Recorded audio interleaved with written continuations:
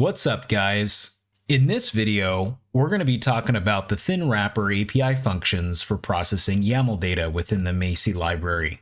If you're not sure about what thin wrapper means, please check out the JSON video, as it does provide a quick description on the meaning. Otherwise, definitely look it up just to get more insight.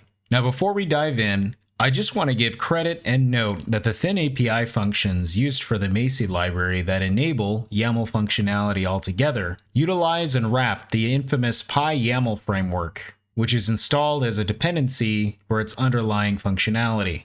Alright, so let's go ahead and see how to process YAML data using some of the thin functions available to us. So just like with the JSON video, all you need to do is type maci.yaml, and then all of the available functions related to YAML will be grouped together for you to easily discover. And the first one we're going to jump into is YAML load, which will allow us to load a YAML file.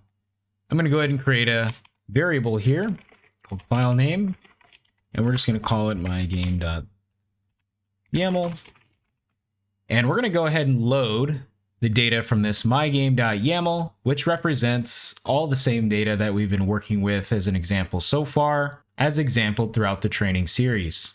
So let's go ahead and load this up and see what it gives us. So if we hover over this, we can see that it only requires one positional argument in the file name parameter to load a file. You can also use a path object. If you're not sure what a path object is, please look up the pathlib library within the Python official documentation. I'm just going to go ahead and pass in my file name here. And we'll surround this with the print function just to see what it gives us back. And so when we run this, we should see all of our data represented in Python dictionary. But as you can see, that's all you need to do to simply load YAML data into your Python code. Now, as mentioned with other videos, I'm not going to go over encoding. If you're not sure what that is, definitely look into it to understand it. But if you already understand it, then you already know what to do with it. But that's how you simply load YAML data from a file using the maci thin function. Okay, so now let's see how to load multiple YAML documents from a file. So I've gone ahead and created an example YAML file in order to load multiple YAML documents within the file. If you're not sure what that is, you can look it up, but I will quickly show you. Within YAML, you can actually have multiple sets of data or YAML documents within the same YAML file. And all you need to do is separate them with 3 dashes. So even though there's the same name inside of here, YAML's native language allows you to actually create the same names and values, but separating them into separate documents entirely, but using the same file. If I were to create this same name and value within the same document, it actually lints and says this is an error, and it would be. However, if you wanted to have separate YAML documents entirely but use the same file with the same names and values, you can do so like this. But what does that look like inside of Python when it's imported? Let me show you. So in order to access this feature, we simply just need to use the load all function. And this is similar to the underlying functionality from the YAML framework, but the difference here is now it's going to return an iterator with whatever data types you have in there now.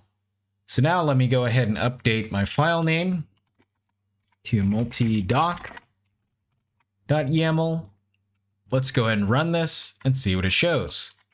As you can see, it returns a generator object, which is an iterator that has both of our YAML documents in it. If you're not sure what that is, we should be able to iterate through it or loop through it if we'd like, or we can convert it to another object if we'd like. I'm just going to go ahead and convert it to a tuple just to see what it looks like.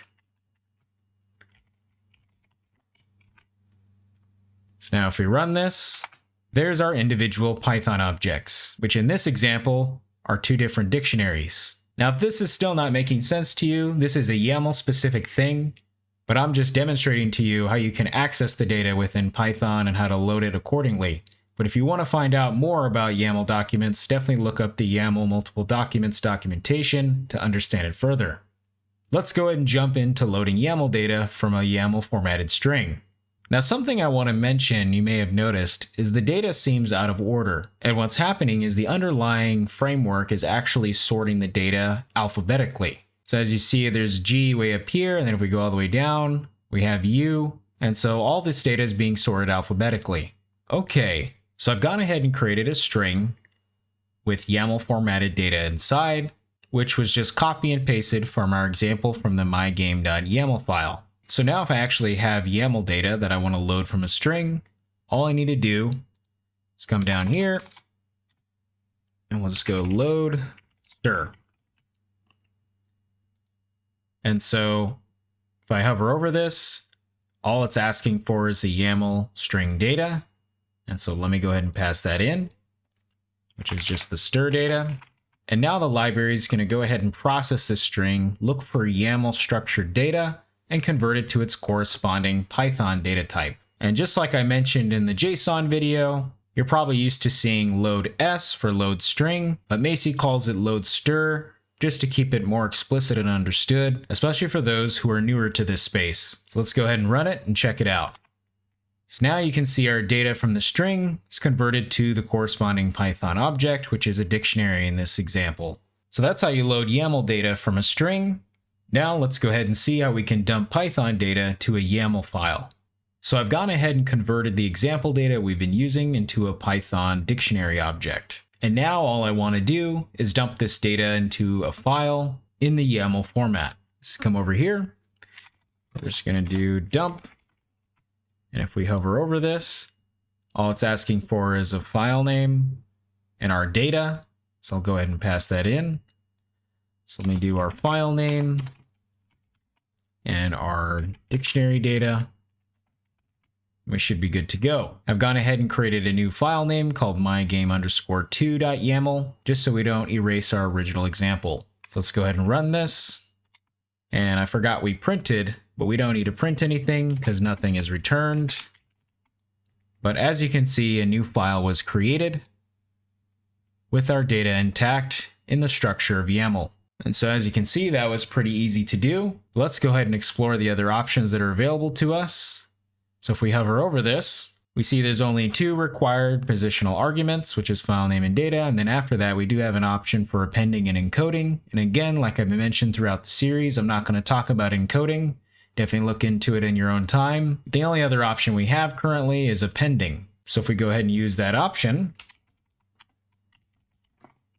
we're just going to use the same data we've been using. Let's go ahead and drag our file over here just so we can see it live. So if we run this, what's going to end up happening is instead of overwriting the data, it's just going to append the same data that we had before to this file. So if we run this, we'll see there's all of our data that appended to the YAML file. Now, because we use the same names, YAML is complaining, the linter in YAML is complaining that you can't use the same names, which is true. As you see, it says map keys must be unique. So you'd have to use some other new data or data with other names in order to append to it, but that's how you would do so. Just to give a quick positive example, I'll go ahead and erase this. So I'm going to go ahead and create a brand new dictionary, just a simple one with a key name called new data. And we'll just create a simple string that just says data. And now when I run this, you see it gets appended to that YAML file. So that's pretty much it and straightforward to dump your data into a YAML file. Now, just like with loading multiple YAML documents, you can also dump multiple YAML documents to the same file. Again, if you don't know what that is, definitely look up what multiple YAML documents are. So I've gone ahead and cleared our YAML data from our mygame_2 YAML file, and we're going to go ahead and use that same file to dump multiple YAML documents too. So how do you do this? We need to go ahead and use the dump all function. So we go to dump all, and it's the exact same parameters except for the data needs to be an iterable of any data type. So I think the simplest way to example this is we're just going to use our same dictionary data we have here, and we're going to pretend we have multiple sets of data, and all we're going to do is add them to a list. So a list is an iterable object. So I'm going to go ahead and add our dictionary data here as the first element, and then the second element with the same data. And that's it. So now if I run this, you'll see that it dumps the data, but it's separated by those 3 lines. And again, if you're not sure what that is, this has to do with the structure of having multiple YAML documents in your YAML file, as explained by the previous load all function, but all the names are exactly the same. But YAML knows that this is a completely separate document, and this is a completely separate document. But either way, you can easily dump multiple sets of data, even if it's the same names and values, into separate documents, sending them to this YAML file. Now let's see what other options are available to us. We're not going to go over encoding, and we're not going to go over appending data, because you pretty much understand what that is, as explained in the dump function. Let's go ahead and look at the last function, which is dumping Python data to a YAML formatted string. So I've gone ahead and removed our extra file. So let's see what we need to do to take this Python object and convert it to a YAML formatted string. All we need to do is switch over to dump str, and then we'll go ahead and just take this and add our dictionary data. Now if we hover over this, we see the only parameter it accepts is just any type of Python object data. So we'll go ahead and pass that in, and we should get a string with YAML structured data inside. So let's go ahead and run our print function and check this out. Now real quick, as mentioned before with load string, Maci calls it dump str, str. You're probably used to dump s, but it was written more explicitly just to make it more easily understood, and for those who are kind of newer to this space to understand it easily. Now let's go ahead and run this and see what it shows. So now we're printing the string version of our Python data, but of course it's structured and converted to YAML. One way you can easily tell is the lists now are listed with dashes, which is YAML structure, and we see our none got turned into a null, and even our strings don't have any quotes around them. That's how you can easily tell that it was properly formatted to YAML. Alright, so that's going to go ahead and wrap up this video on understanding how to use the thin API functions for processing YAML data within Maci. Thank you for watching, and take care.